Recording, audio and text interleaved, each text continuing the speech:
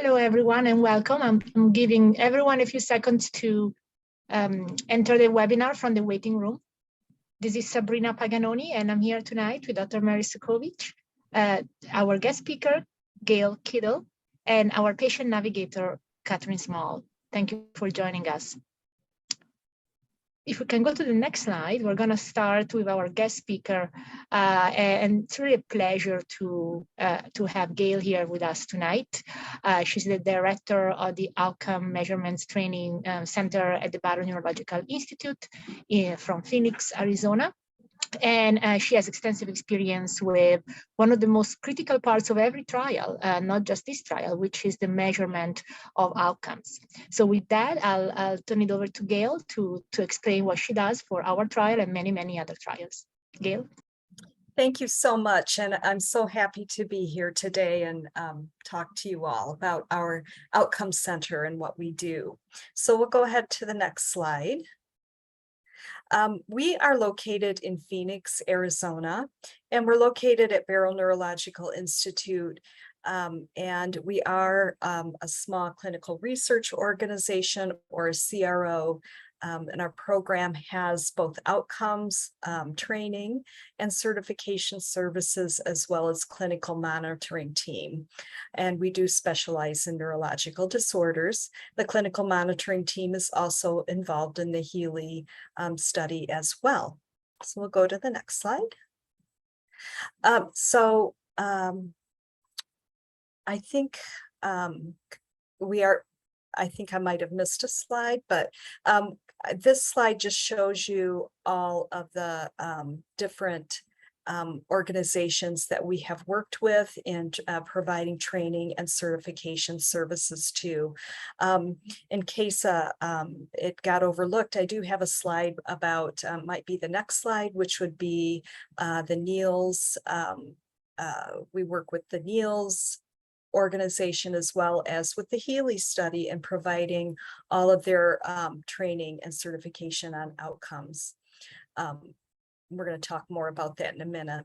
We've trained and certified more than 1,400 evaluators in 27 countries. So we are pretty global in what we do, although most of it is in North America. And this encompasses all of the sponsored trials that we do as well, in addition to the NEALS and the HEALEY trials. And next slide. Yes, and we do this with a really small but mighty team. There's really only 4 of us. Now, Dr. Jeremy Scheffner he is the ultimate director of our program, but we are the ones that are doing the work on the ground. And so there's myself, our project manager, Jenny Hamilton, as well as our 2 research assistants, Marley and Jassy. So you can see with as many evaluators as we're training and certifying around the world, we are a busy little team. We never have a dull moment, that's for sure. Go ahead. So the outcome measures that we train on are for the HEALEY platform trials, and the regimens would be, of course, the ALS FRSR. We also train on the vital capacity testing, which is a measure of lung function. And we train on the HHD, or handheld dynamometry, which is measuring muscle strength. Then we also have a couple exploratory outcomes that we're looking at too, one of which is home spirometry. And we'll go on to the next slide. So just to give you an idea of our training and certification that we do, our training takes place at investigator meetings. Before the pandemic, of course, we had lots of in-person meetings where we were able to really interact with all the evaluators in their trainings. But with the pandemic, we became more virtual. We still do in-person meetings and hope to get back to that, but we do have a virtual counterpart that is working very well with recorded trainings as well as in-person trainings via Zoom. All of our trainings include real life or video practice demonstrations, for certification for the different outcomes, there's different criteria that have to be met to be certified, which once they've done the training, they have to do a certain practice assessments depending on the outcome. There's specific reliability criteria that they need to meet in order to receive the certification. And we do frequently do retests if somebody doesn't pass the first time. And then we also retrain. So once somebody's certified in one of these outcomes, it doesn't last forever. They have to do all of the work and recertify again every 1 to 2 years, depending on the outcome. So it's a lot of work on the evaluator side as well to obtain the certification to perform these assessments in the studies. And next slide. And I think that's it on my part. So Thank you, Gale. thank you. And so, you may wonder, why are we talking about all of this training and all these procedures? Well, because being very, very specific with the outcome measures and, ensures us that we can run the trial at many, many different locations and that we can measure the outcomes the same, regardless of where somebody is enrolled. So this is incredibly important in terms of our ability to detect whether a drug is effective or not. As you know, at this time, we have started the testing of 5 drugs so far. The first 4 are on their, well on their way to study completion, and the last one, number 5, is instead enrolling new participants. So we will have the results of the first 4 over the next few weeks. And instead for number 5, we have a few updates, as always, our enrollment numbers. So if you can go to the next slide. So far, 55 individuals have been randomized within the regimen, and more than 80 sort of started the process. As you may remember, it's a 2-step process to get into the regimen. So we're certainly continuing to enroll. Next slide. And we continue to add sites compared to last week when we gave this update. We have a new site, UPMC in Pittsburgh. So welcome to the site. And as always, you can see the status of all our sites on our website. You can find the QR code on the slide or the link. Next slide. Or you can always call Catherine and Allison outside of this webinar. And we continue to give these weekly webinars. We will be with you throughout the summer, and we continue to update you on when we're going to get the results or what's new for the platform trial. You can also sign up for what we call the ALS link, which is our research newsletter. And I'm very happy that we will continue to have guest speakers in July. We're going to have James Barry from MGH. He will join our webinar to talk about biomarkers. And obviously, we also planned the speakers based on your questions. So again, there were questions about outcomes, and that's why we have Gale here today. We got questions about biomarkers. That's why we're going to have James next week. And then we're going to continue our tour around the country by having Dr. Young from SUNY Upstate, and we'd always love to learn more about the sites that are part of the trial. So with that, I think we can stop sharing the slides and we can see if there are questions. We do have a couple questions. So the first question is about regimen E, trehalose. This is whether trehalose will help people with the C9 expansion. Sabrina, do you want to answer that? Yeah, absolutely. Well, we think that the drug has a mechanism of action that's relevant for all forms of ALS. So that would include people with the C9 expansion. The drug works on autophagy, that we know is an important mechanism and really shared broadly with all forms of ALS, including C9.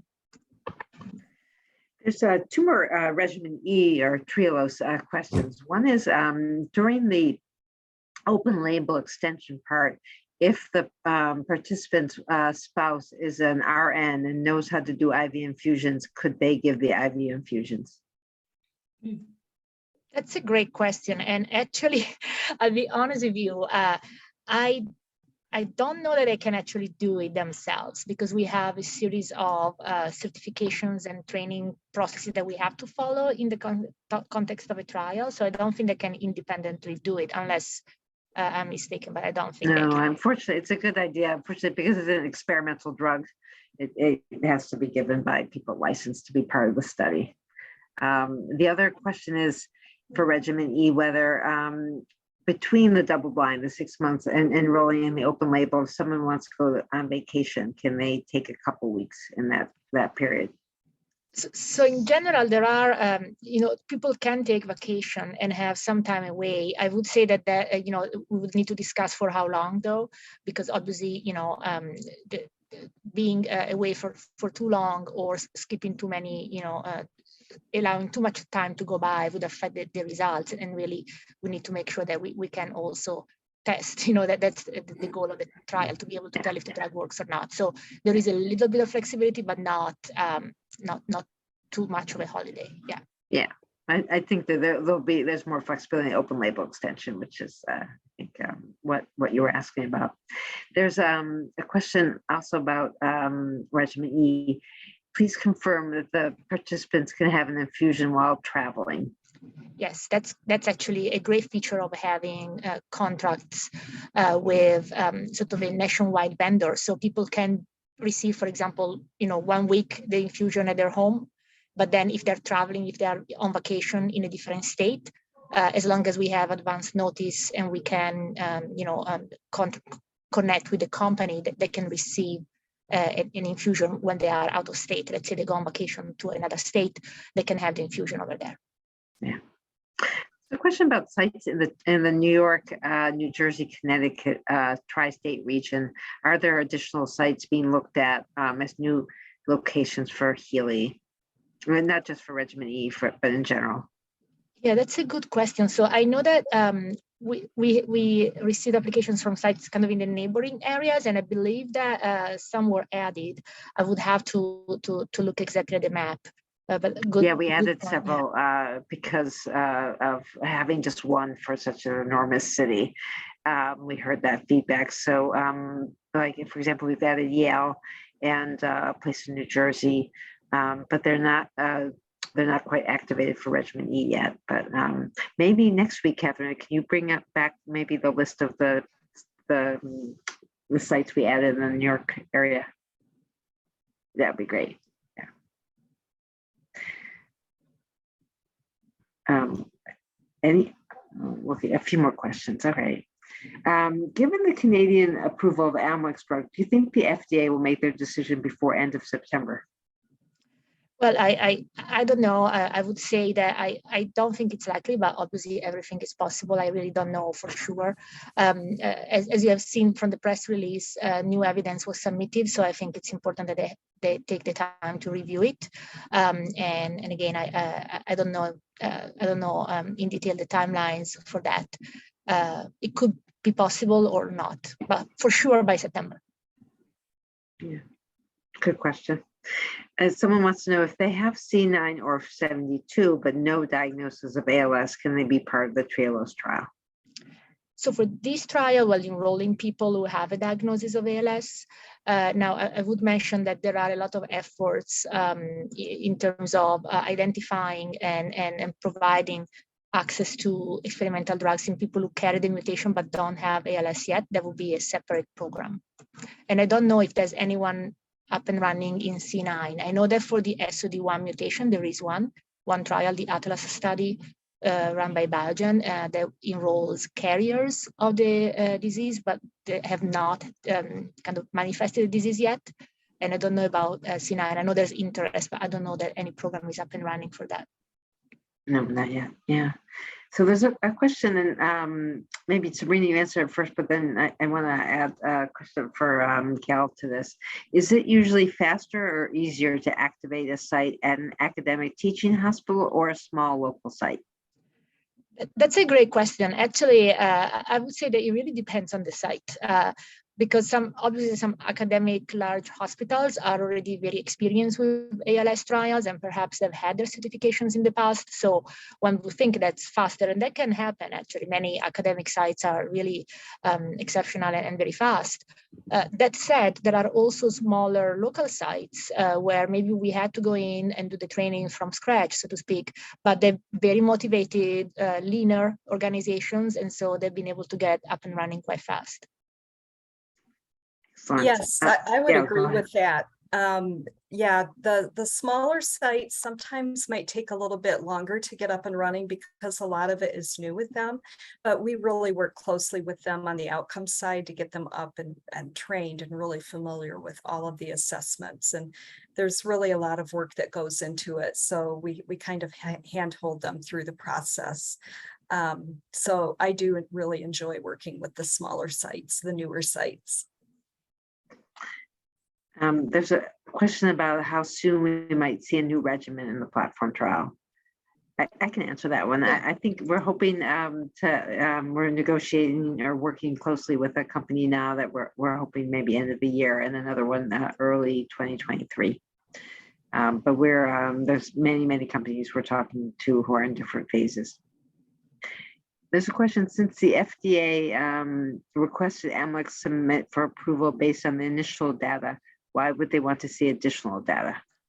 So yeah, before I was referring to what was stated in the press release when the FDA moved the date from June to September, that they received some additional analysis from the same trial. So it's the same trial. But again, obviously, as time goes by, there's more of an opportunity to review the data, think carefully about the data, etc. So that's what I was referring to. There's a very nice comment and question. HEALEY is such an innovative model with platform and EAP. Is there any teaching or learnings for the broader neurodegenerative neurological disease community to model your trial? Yes, no, this is a great question. And in fact, we are in very frequent communication with other trial networks, other neurological groups, and really we are sharing kind of one-on-one our learnings. That said, we also want to publish, and I know that's also on me to continue to write, and all our colleagues, we really want to write and publish and make all our publications and sort of processes, etc., available so that others can replicate. But we're already doing sort of one-on-one mentoring for many groups.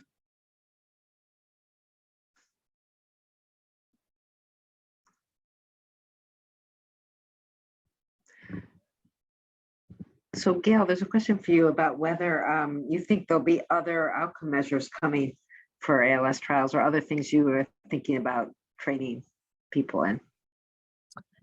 Well, we're continuing, that's a great question. We're continuing to look at the remote measures that we can conduct monitoring from patients' homes so that they don't have to go into the centers. That would be through like the home spirometry, the oral analytics, speech analysis, and then, there's always other assessments on the horizon that are being evaluated for further use in clinical trials of functional measures and such. So we're mostly right now involved with the home spirometry and looking at measures of muscle strength that can be measured remotely. And this is a tough question for you also, Gale, but what are your thoughts on the validity and the reliability of ALSFRS as an outcome measure? Well, I think that we have to acknowledge that even though it may have some shortcomings, but it has been demonstrated in several studies to be valid and reliable. And I will just say that we work very hard to make sure that the training that we're provided is as clear as possible and provide detailed guidance to the evaluators for answering these questions. So before we provide them with certification, they have to go through this rigorous process of reliability, meaning that they are consistent in how they're rating. So possibly that could change in the future, but right now it's what we have. And so we're just really trying hard to train for consistent rating. There's a question about the oral Radicava. So for those people who have a port and begin taking oral Radicava instead of intravenous, do you recommend having the port removed? You're on mute, Sabrina. Sorry, that's an interesting question, and I would love to hear from you as well, because I have to say I'm still struggling with this. So first of all, what I've been telling my patients so far is that, we're gonna, for those of them who are on IV edaravone and have a port and want to start oral, we are switching them, and we would like to see how they do on the oral form, make sure that for some reason there's no problem with that or no side effects, etc. And then after that we can make a recommendation. I have to say, if because there are other intravenous drugs in development, I think obviously the port could be helpful in the future. I mean, the trial that we are discussing right now is a perfect example of that. If TRIALOS were to be approved in the near future, then a port would be handy. That said, keeping a port in for many months, if it's not used, also carries a small but real risk of infection. And so I'm still a little bit undecided. I think everyone in the ALS community is still trying to figure this out. Yeah, I think that's good advice. I kind of tell people not to rush to the decision, kind of see how you do on if you are going to take oral Radicava, how you do, and then if there's other things that you might other trials or other things that might involve intravenous, to wait a little bit. But it's definitely a discussion to have, obviously, with your general practitioner and your neurologist. There's a question about our funding sustainability model. To be able to offer the trial as well as the EAPs could be valuable for other neuro diseases to learn from, as funding and staffing seems like a barrier in other illnesses.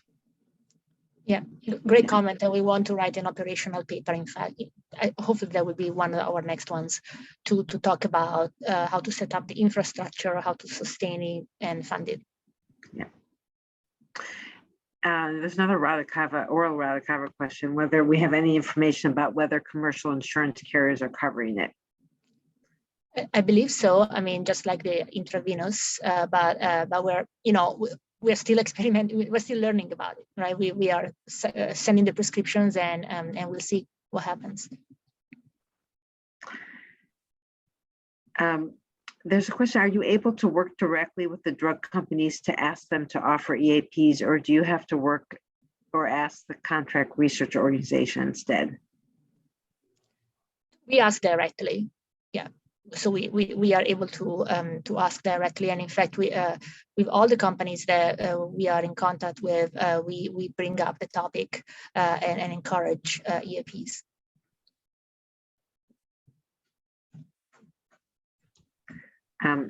Let's see, sorry, okay. So there's a question about how is oral Radicava, is it easy to swallow, and how does it taste? I think it's easy to swallow. I think it's a 5 milliliter a liquid that people put in their mouth. I don't know how it tastes.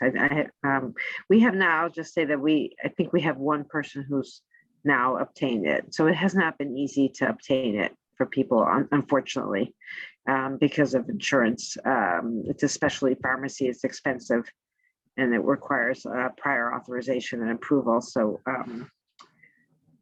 I don't know, Gale, if at BNI you have, if they have any experience with people successfully getting insurance coverage for it. I'm actually not sure. Yeah. Every state's so different about this, but that's a good question. So I don't know how it tastes yet, but we'll find out. We'll ask as soon as we have some people who actually are able to get it. We'll ask them. Good. I don't see any more questions. It was really great for everybody to join us, and thank you, Gale, for coming and for everything that you do to make sure that these trials all over the world have high quality data, and so we can believe the results. Thank you for having me. Thank you. Thank you, Sabrina. Bye, Catherine. Thank you. Bye. Thank you.